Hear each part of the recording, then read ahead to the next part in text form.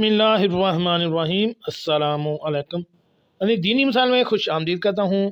میری آج کی اس ویڈیو کا موضوع ہے نبی کریم صلی اللہ علیہ وآلہ وسلم کی ایک سنت دانتوں میں خلال سے جسم میں کون سی انتہائی حیران کن تبدیلی واقع ہوتی ہے۔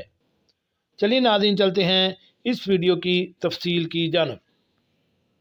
ناظرین، خلال کرنا سنت نبوی ہے اور اس پر عمل کرنا آپ کو متعدد جان لیوا امراض سے بچا سکتا ہے۔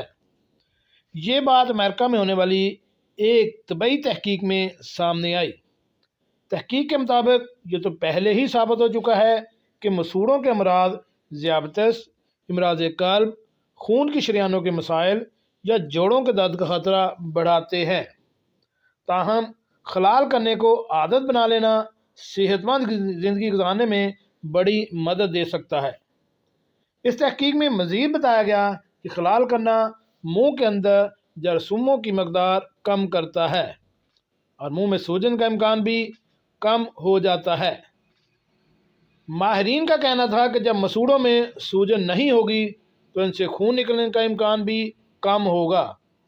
انہوں نے مزید کہا کہ منہ کی صحت برقرار رکھنا بیکٹیریا کو دوران خون میں جانے سے روکتا ہے اور اس طرح متعدد جان لیوا امراض سے تحفظ ملتا ہے۔